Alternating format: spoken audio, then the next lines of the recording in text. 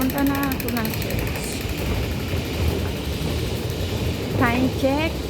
Anong oras na is mag-alas 7 na. 6:56.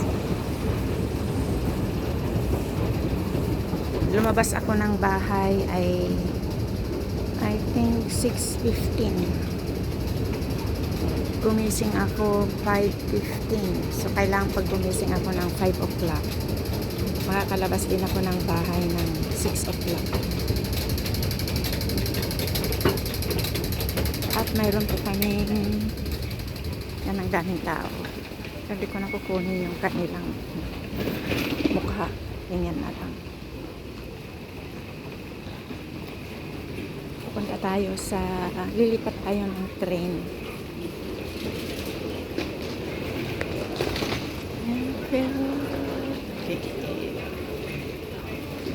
Mayroon din ditong 7-Eleven. Let's go.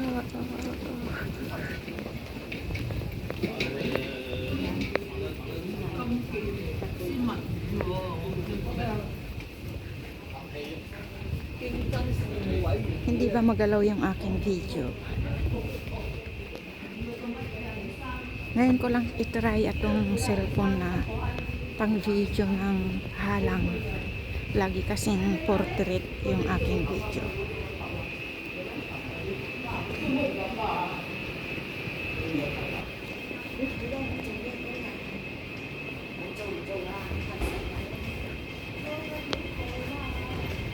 Bababa tayo at lilipat ng train.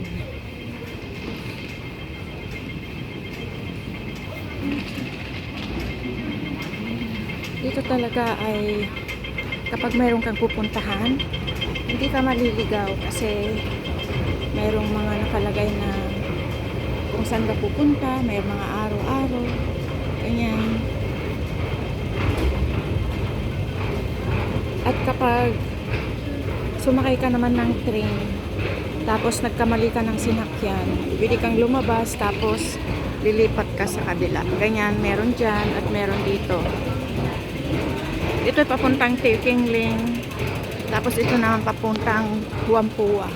So kapag nagkamali ka, yung sinakyan mo, pwede kang bumaba, tapos lilipat ka lang sa kabila. Yan. Hindi tulad sa atin, sa Pinas. Kapag sumakay ka ng LRT, tapos iba yung sinakyan mo, paglabas mo, wala na, hindi ka na makakabalik. Kundi lalabas ka ng train, lalabas ka ng gano'n. Pero dito ay hindi. Kasi yan lang. Holon to. So, ay nasa train po tayo.